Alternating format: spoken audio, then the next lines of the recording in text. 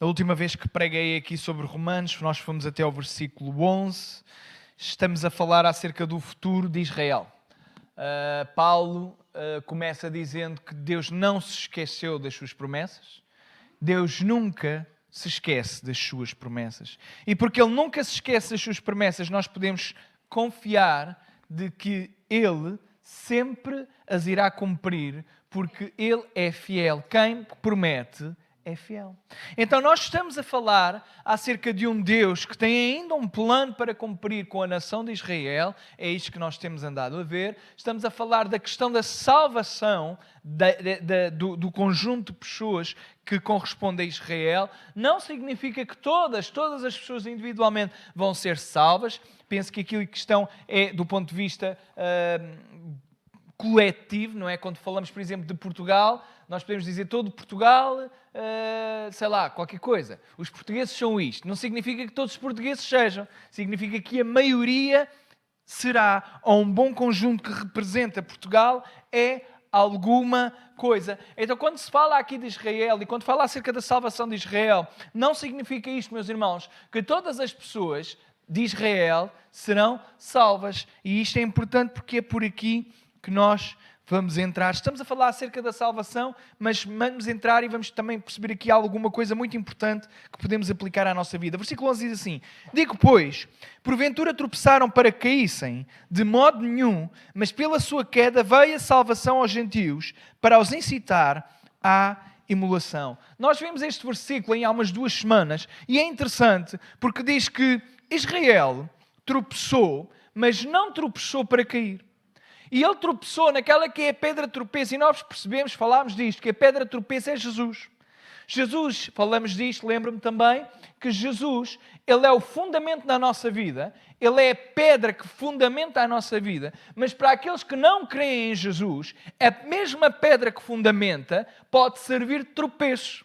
Então, Jesus tem esta abrangência que é muito interessante. Se por um lado nós somos ou construímos nele a nossa vida, e é nesta pedra, nesta rocha que a igreja é edificada. Ao mesmo tempo, quem não crê em Deus pode tropeçar na pedra. Então a pedra tanto serve para fundamentar a nossa vida, como pode também servir para nós tropeçarmos. Aquilo que Paulo está a dizer é que a pedra de tropeço para os judeus não foi, ou melhor, eles não tropeçaram nesta pedra para caírem no sentido de se perderem eternamente, mas diz que houve um propósito, que é, os judeus tropeçaram e foi por causa deste tropeço que a salvação chegou aos gentios.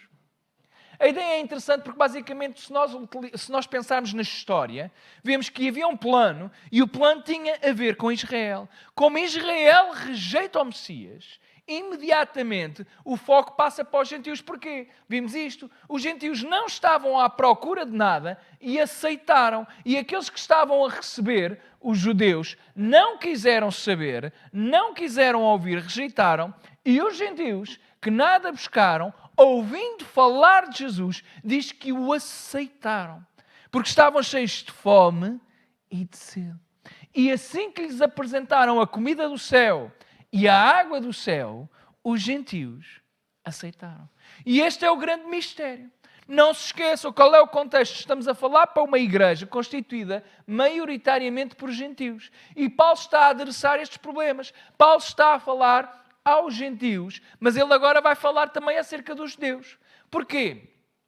Há uma tendência nas igrejas que é nós criticarmos aqueles que são a minoria. A maioria normalmente junta-se e depois critica a minoria. Em Roma, a minoria era judaica. Você está cá? Então, Paulo está a dizer, olha, na igreja tem que haver unidade e nós não nos podemos andar a criticar uns aos outros. E então, a melhor forma de nós não nos criticarmos é quando não achamos que somos melhores do que ninguém. E Paulo está aqui a ver os gentios e está a dizer, olha, vocês chegaram até à salvação, mas não foi pelo vosso mérito. É verdade que os judeus tropeçaram, mas deixem-vos diga, eles tropeçaram não para cair. Isto dá o mote àquilo que vai ser falado a seguir. Porque os gentios poderiam dizer, os judeus. Então os judeus rejeitaram o Messias. Os judeus mataram Jesus. Nós somos salvos, nós não o rejeitamos. E Paulo, está a dizer, meus amigos, atenção, Os judeus de facto tropeçaram na pedra de tropeço, mas não para caírem. Ele diz, houve um propósito. Porquê? Porque por eles veio a salvação dos gentios, para os incitar à emulação. Emulação é imitação. É o que significa. E agora o versículo 12 diz, e se a sua queda é a riqueza do mundo, e se a sua diminuição é a riqueza dos gentios, quanto mais a sua plenitude. O versículo 11 e o versículo 12 basicamente significam isto. É verdade que eles tropeçaram, não no sentido da queda, porque eles caíram, mas não é para permanecerem na queda, mas antes pelo contrário, a ideia é, aquele que caiu, agora olha para o gentio e vê as bênçãos que Deus tinha prometido a Israel a serem desenvolvidas e a serem cumpridas nos gentios. E Paulo está a dizer, quem sabe, se o judeu agora não olha e não começa a desejar ter também as promessas que agora estão a ser cumpridas nos gentios. A ideia é olhar e desejar ter aquilo que os outros têm. É interessante porque pensem comigo. Isto fala muito acerca da forma como Deus usa o ser humano. Qual era o propósito original de Deus para com o povo de Israel? Não era que o povo de Israel obedecesse a Deus a ponto tal de as outras nações desejarem ser como Israel? E agora em Romanos nós estamos a dizer o seguinte, ou Paulo está a dizer o seguinte, Israel caiu, mas quem sabe, eles não agora olham para os gentios e desejam ter aquilo que os gentios têm, exatamente o mesmo plano que tinha e que deveria ser desenvolvido com Israel, está agora a ser desenvolvido nos gentios. Sendo que agora o público-alvo seriam os judeus. Agora vejam. E se a sua queda é a riqueza do mundo, o que é que isto significa? Se pela queda dos judeus a salvação chegou ao mundo, esta é a riqueza. E a sua diminuição, a riqueza dos gentios, isto é, e se os judeus, porque agora eles estão de uma forma mais diminuta, porque não aceitaram a Jesus, não estão na sua plenitude, então se isto é bênção, vejam, queda é a riqueza do mundo, a diminuição a riqueza dos gentios, Paulo está a perguntar agora o seguinte, imaginem, se Deus, a ideia é esta, vê se vocês conseguem perceber. Se Deus consegue fazer com que um povo caído se torne, ou que uma circunstância terrível se torne uma coisa bela e transformadora, nomeadamente a salvação, a riqueza do mundo e a salvação dos gentios, Paulo está a perguntar assim, imaginem então a plenitude dos judeus. Se Deus com a queda dos judeus consegue fazer isto, imaginem quando Deus os levantar. Você está cá? É interessante. Porque a ideia é, se Deus consegue fazer algo e uma obra maravilhosa com aqueles que caem, imaginem com aqueles que se levantam, com aqueles que estão em pé, com aqueles que estão na plenitude. Este é aquilo que ele está a dizer. Porque convosco falo, gentios, que enquanto for apóstolo dos gentios, glorificarei o meu ministério. Paulo está a dizer, olha, eu não quero que haja dúvidas nenhumas. Eu sei qual é o meu ministério e sei que eu sou apóstolo chamado para os gentios. E eu glorifico isso. Para ver se de alguma maneira posso incitar a emulação da minha carne e salvar alguns deles. Paulo tem sempre presente a necessidade e também o desejo, o desejo e a necessidade, estão os dois agrupados, de sempre querer salvar aqueles que são do seu povo. Isto fala acerca de alguma coisa que nós deveríamos ter, que é a perspectiva e a postura de pensarmos na salvação e no evangelismo dos outros. Você está cá? Vejam, Paulo sabe que o seu ministério é para os gentios, mas ele não esquece a quem é que ele pertence.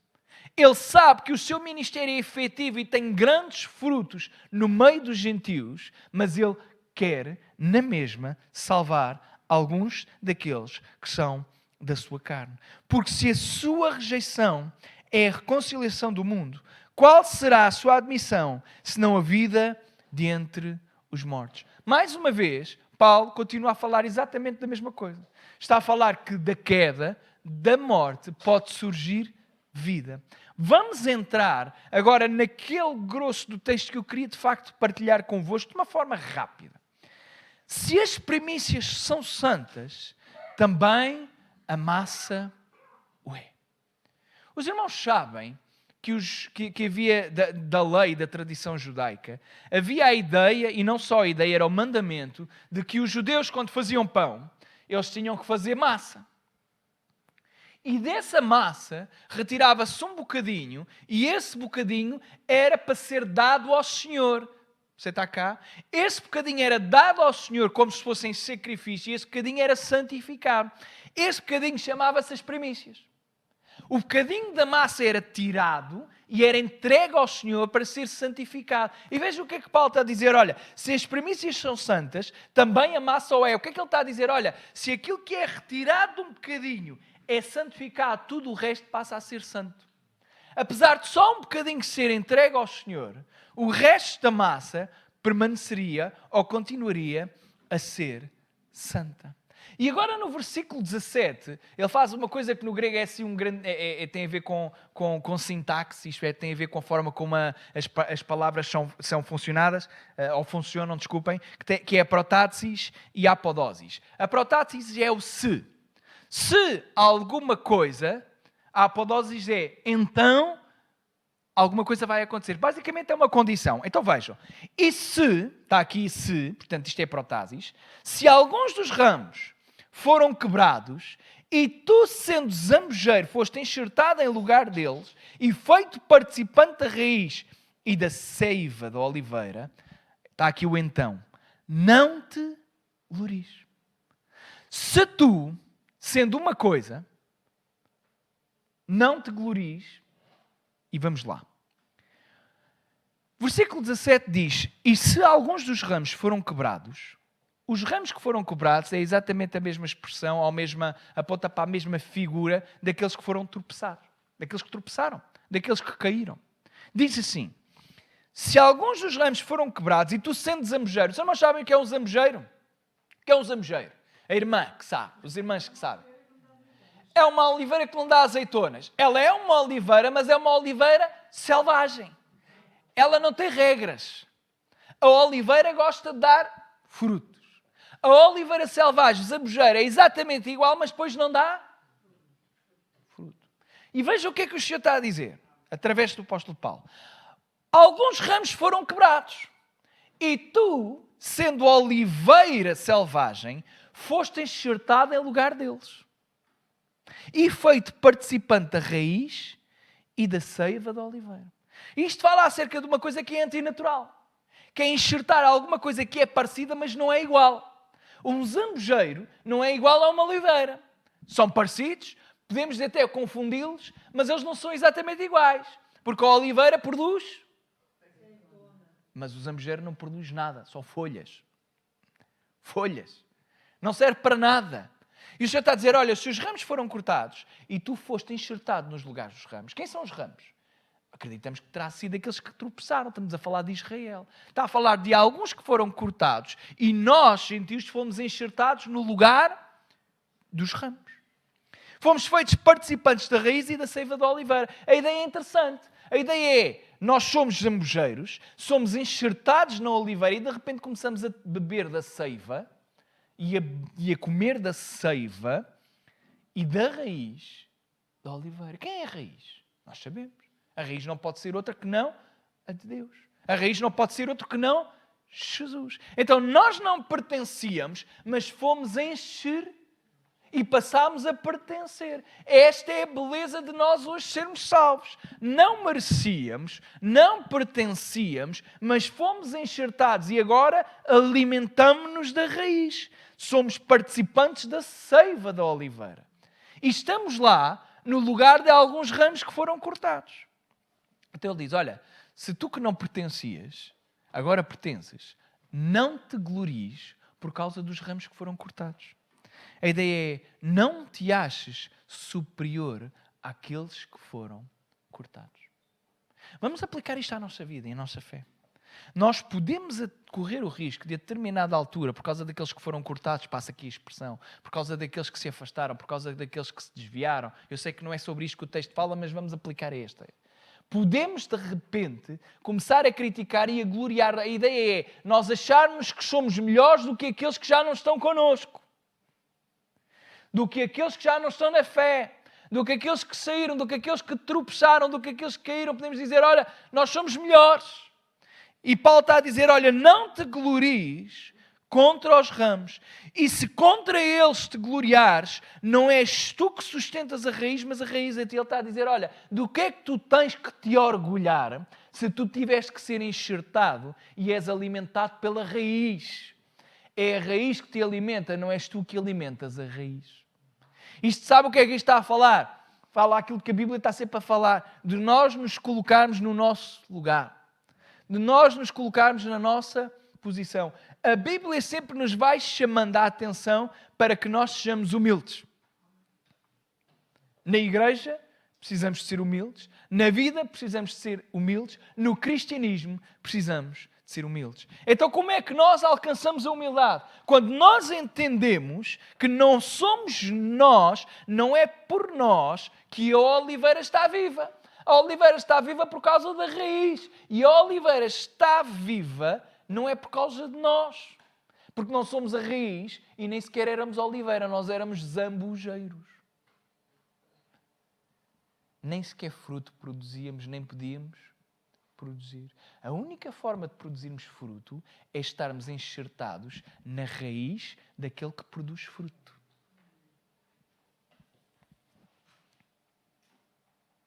Dirás, pois, os ramos foram quebrados para que eu fosse enxertado. Poderíamos ir mais fundo. Mas Paulo, Israel tropeçou, como ramo foi cortado, e foi cortado para que eu, zambujeiro, possa agora estar lá. Portanto, eu substituí Israel. Mas vejam, está bem, pela sua incredulidade, eles foram quebrados. Já agora, deixei-vos dizer o seguinte, mais um pormenor. A incredulidade não dá, com a incredulidade, desculpem, não dá para construir, só dá para destruir. A incredulidade não constrói nada. Quem é incrédulo é quebrado. É o que está aqui. O incrédulo é quebrado.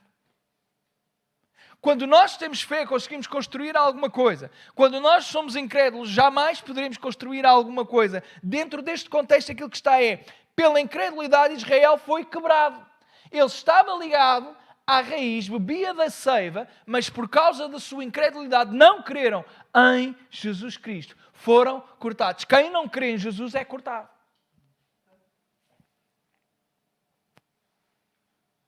E tu estás em pé pela fé. Então, se estás em pé pela fé, não te soberbeças, mas teme. Este texto é maravilhoso. Está a dizer, olha, ainda que estejas em pé, estás em pé por causa da fé, estás em pé porque estás enxertado, estás em pé por causa da raiz, então não tens nada que te quem soberbecer, antes pelo contrário deves temer. E ele vai dizer porque é que se deve temer. Porque nós pensaríamos, mas o que é que nós temos que temer? Estamos ligados à oliveira, estamos a ser alimentados pela seiva que provém da raiz, então qual é o grande temor que nós devemos ter? Vejam. Porque se Deus não poupou os ramos naturais, teme que te não poupa a ti também. É Paulo que está a falar. E Paulo tem toda a autoridade. Paulo é apóstolo dos gentios, mas é judeu, de carne e sangue. E ele está a dizer, olha, pensa lá comigo. Se Deus não teve absolutamente problema nenhum em quebrar aqueles ramos que são o seu povo, tu que não és do seu povo, achas que és melhor? Se ele não teve problema nenhum em quebrar aquele que é incrédulo, apesar de todas as promessas, apesar de toda aquela nacionalidade ou nacionalismo, apesar de toda a história que Deus tinha com Israel, diz aqui que ele quebrou. Foi ele que quebrou os ramos. A pergunta é, vocês acham que ele tem algum problema em quebrar a cada um de nós que também formos incrédulos? Não tem. Porque isto fala acerca de salvação.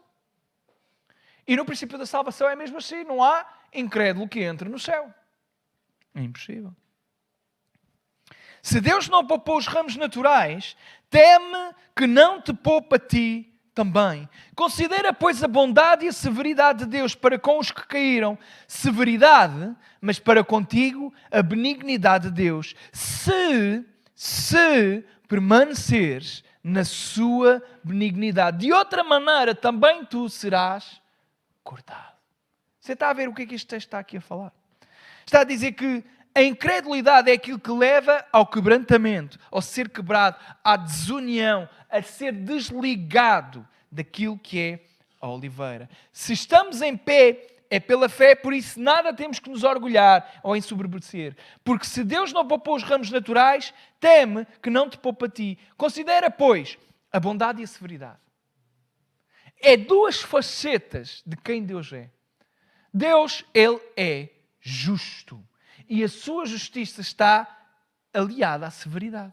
Quer gostemos, quer não gostemos. A sua benignidade está associada e aliada à faceta do amor. É verdade. Mas a justiça está aliada à sua faceta de, também que nós não gostamos muito, de ira. E severidade. Deus tem estas duas facetas. Ele não é um esquizofrénico, mas tem estas duas facetas. Como eu sempre digo, nós conseguimos encontrar estas duas facetas aliadas, ligadas, conjuntamente unidas, sem qualquer hipótese de separação na cruz. Amor e justiça. Veja, olhemos para a cruz e apliquemos estes adjetivos. Severidade e benignidade. A cruz é benignidade para quem? Para nós. Mas foi severidade para quem? Para Jesus. Mas podemos aplicar agora outra coisa. Tirem Jesus da equação. Não, nestes termos, porque Jesus não dá para tirar da equação porque a cruz é dele. Mas a ideia é benignidade e severidade. Olhemos para a cruz. A cruz é benignidade para nós que cremos em Jesus. E é severidade para quem? Para quem não crê em Jesus. Não é?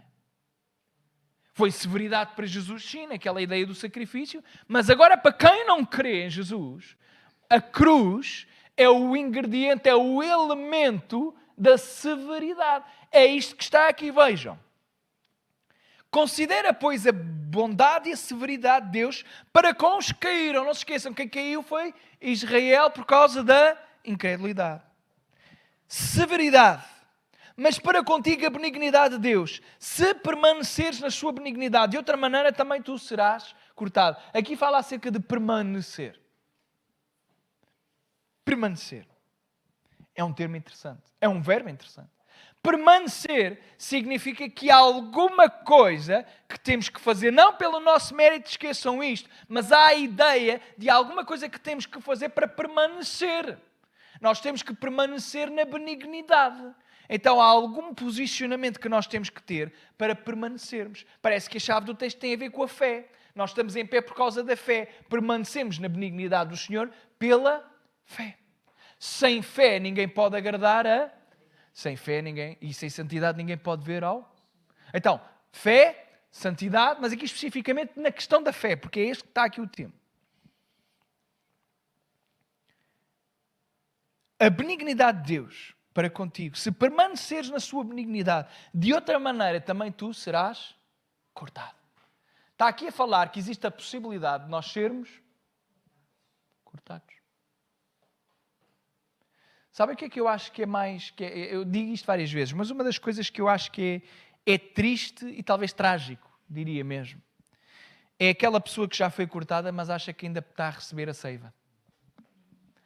Aquele crente que ainda é crente porque acredita, mas isso não significa nada porque os demónios também são crentes. Você sabia? Sabemos todos. É porque hoje dizemos que somos crentes não significa absolutamente nada. Temos visto muitas pessoas que se consideram crentes e depois volta e meia nós vemos a vida delas. E até as manifestações que ocorrem nelas e não são manifestações do Espírito. São do Espírito, mas não é do Espírito Santo. Você entende? E há pessoas crentes que são crentes e até podem estar na igreja, e até vêm à igreja, e até cultuam, e até podem servir, mas já não estão na permanência. E quando não estamos na permanência, somos cortados. E quando somos cortados, somos alvos fáceis. Já tropeçamos, já caímos, só nós é que ainda não sabemos. De outra maneira, também tu serás cortado. E também eles, se não permanecerem na incredulidade, serão enxertados. É aqui que há uma mudança naquilo que Paulo está a dizer. E aqui é interessante. Porque nós falámos muito acerca de predestinação, daquilo que Deus predestina para acontecer. Mas Paulo está aqui a dizer, olha, tu podes permanecer na benignidade se permaneceres. E eles podem permanecer na incredulidade, Mas se deixarem de permanecer, há aqui uma hipótese, certo? Diz assim o versículo 23. E também eles, se não permanecerem na incredulidade, pois há aqui uma certeza, serão enxertados. Porque poderoso é Deus para os tornar a enxertar. Vejam o poder que Deus tem. Há um ramo que é cortado, e o ramo que é cortado nós sabemos que não serve para nada. O ramo é cortado, é deitado fora, passa tempo, não dá para fazer nada com o ramo. Mas Deus está aqui a dizer, através do apóstolo Paulo, inspirado pelo Espírito Santo, que se eles não permanecerem na incredulidade, Deus é poderoso para agarrar num tronco, num ramo que já não dá para fazer nada e voltar a enxertá-lo e ele voltar a viver. Isto fala acerca de ressurreição. É um poder que apenas Deus tem. O poder de anular a morte. Porque se tu foste cortado do natural zambujeiro e contra a natureza, enxertado na boa oliveira, quanto mais esses que são naturais serão enxertados na sua própria oliveira. A raiz é Deus, mas a oliveira está a falar de Israel. Vejam como é que o texto todo se agrupa. Os ramos que são Israel foram cortados e a oliveira que era o Israel, mas o Israel agora já não como povo, não como nação, mas a Israel como povo salvo, não como Israel lá o país. Vou explicar outra vez para os irmãos não ficarem confusos. Os ramos é como se fosse o país de Israel. Você está cá a nação israelita. Mas a oliveira sempre vai representando na Bíblia Israel. Qual Israel? O Israel que Paulo vai apelando também. Porque nós hoje somos o novo Israel. Não é isto que nós ouvimos falar. Não é isto que às vezes também dizemos. Israel em que sentido? Israel no conjunto da comunidade de crentes, na comunidade de salvos. Então a oliveira aqui representa a comunidade de salvos. Mas os ramos podem voltar a ser enxertados. É mesmo, literalmente, a nação de Israel. E o Senhor está a dizer, olha, se vocês que não pertenciam à oliveira, porque eram zambujeiro, foram enxertados contra a natureza, quanto mais não poderá acontecer com aqueles que já são naturalmente pertencentes à oliveira. Não estão, porque neste momento estão incrédulos.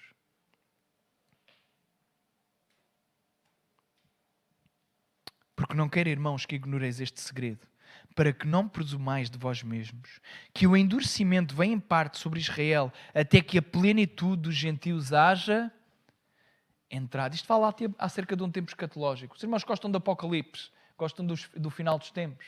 Aqui está a falar acerca disto. Está a dizer que o endurecimento de Israel, a razão pela qual eles não acreditam, muitos deles, é em parte, até que a plenitude, isto é, o número pré-estabelecido, pré-definido, determinado por Deus, o termo que os irmãos quiserem, de gentios, seja alcançado.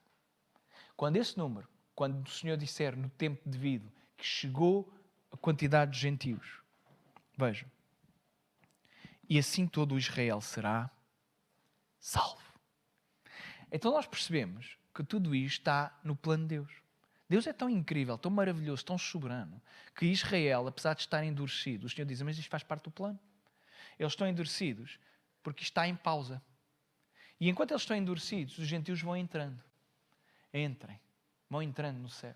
Não é porque são gentios que entram no céu, está bem? É porque são fiéis, é pela fé, entendemos isto. Mas os gentios vão entrando. O zambujeiro que não pertencia está a ser enxertado. Até chegar à plenitude. E quando chegar à plenitude, que é um termo que apenas Deus sabe, a plenitude é o cumprimento perfeito, o número perfeito que Deus pré-estabeleceu. Quando terminar, acabou a era dos gentios e começa o final da era de Israel. Diz, todo o Israel será salvo. O todo, nós já falámos disto. Todo não significa que todo será toda e qualquer pessoa. Mas tem a ver com o todo na comunidade. Quando nós dizemos toda a igreja, a nossa igreja IPT, na igreja IPT, não é todos. É a igreja. Falamos no coletivo, mas sabemos, é vários, são vários, mas não são todos, literalmente todos. Eu acho que é este o termo. E assim todo Israel será salvo, como está escrito, de Sião virá o libertador e desviará Jacó as impiedades. E este será o meu concerto com eles quando eu tirar os seus pecados. Irmãos, imaginem. O final dos tempos vai ser uma coisa extraordinária. Porque nós olhamos, os irmãos é só estarem atentos às notícias e vocês percebem que a cada dia, cada notícia que sai, nós percebemos que a Bíblia é real, é verdade e as coisas estão mesmo a acontecer. Nós somos a geração que temos o privilégio de ver em direto, através das nossas televisões, até dos nossos telemóveis, hoje em dia até dos relógios, o apocalipse a acontecer. Apocalipse está a acontecer diante dos nossos olhos. E quando eu digo apocalipse não é destruição, é apocalipse enquanto revelação, enquanto livro. Percebemos? Tudo se está a juntar. Há 2 semanas atrás falava-se que o parceiro estratégico de Israel, os Estados Unidos, estava muito zangado com eles e corria a risco de haver aqui uma ruptura. Porque não sei se os irmãos entendem, mas Israel, em termos de aliados, tem os Estados Unidos e pouco mais. No dia em que os Estados Unidos se virar contra Israel e pelo padrão bíblico há de acontecer Israel, há de haver uma determinada altura em que não vai ter ninguém. Em que todos se vão virar contra eles. E nós percebemos que não é muito difícil isto acontecer. Porque a opinião pública, na sua maioria, já está contra. É só os líderes dizerem, então pronto, vamos seguir aquilo que a maioria quer. Estamos a chegar a esse ponto. Estamos mesmo às portas da vinda do Senhor. O Senhor está... Eu sei que alguns irmãos dizem, pastor, então eu sou crente há 50 anos, ando a ouvir que o Senhor está às portas há 50 anos. Mas eu garanto-lhe, Ele está mesmo às portas. Não sei a quanto mais tempo é que vai ser. Mas eu acho que não vai ser mais 50 anos. Não sei quanto tempo é que vai ser. Nem sequer... Não me preocupa. É o que for, o Senhor é perfeito. Mas nós conseguimos entender que as engrenagens dos fins dos tempos, as rodinhas, está tudo a caminhar. Está tudo alinhado. E nós vivemos uma era tão assustadoramente real, da questão do ponto de vista das profecias bíblicas, que, irmãos, isto é de um dia para o outro, e não se surpreenda, porque vai ser de um dia para o outro. Porque já está tudo pronto para ser de um dia para o outro. Nunca ninguém acreditava, e aquilo foi um ataque assim meio cepo, porque o Irão também sabia muito bem que Israel tinha lá aquela cúpula e aquilo não ia fazer grande coisa. Mas nunca na nossa cabeça nos passou, e em nenhum governante do mundo, que o Irão chegava um dia e dizia assim, olha, vamos enviar uma série de mísseis e uma série de drones e vamos atacar Israel mesmo em Israel. Em termos de efeitos, aquilo não te fez nada. Mas foi mais um ataque. Então, isto para dizer, e aqui só uma à parte, na questão escatológica, não é esse o tema, mas só aqui uma à parte, que, e assim todo Israel será salvo, como está escrito, Sião virá o libertador e desviará de Jacó as impiedades. E este será o meu concerto com eles, quando eu tirar os seus pecados. Assim que, quanto ao Evangelho, são inimigos. Por causa de vós. São inimigos porquê? Já vimos, quem rejeita o Evangelho é inimigo. A Bíblia não tem problemas nenhuns em chamar as coisas pelos nomes. Nós gostamos de chamar que as pessoas são simpatizantes. Só lhe falta ser crente. Sabe qual é o termo que a Bíblia diz? Quem não é crente, quem não é fiel é inimigo do Evangelho. Mas é tão boa pessoa, a Bíblia diz que é inimigo. Só lhe falta ser crente, falta tudo. Porque uma pessoa que seja bondosa, que não aceita Jesus, vai para o inferno. E uma pessoa que só faça mal, mas no final aceite Jesus e peça perdão, vai para o céu. Sabem porquê? Porque por muito boa que seja a pessoa, ela não alcança a salvação. Nem é boa e jamais será boa o suficiente.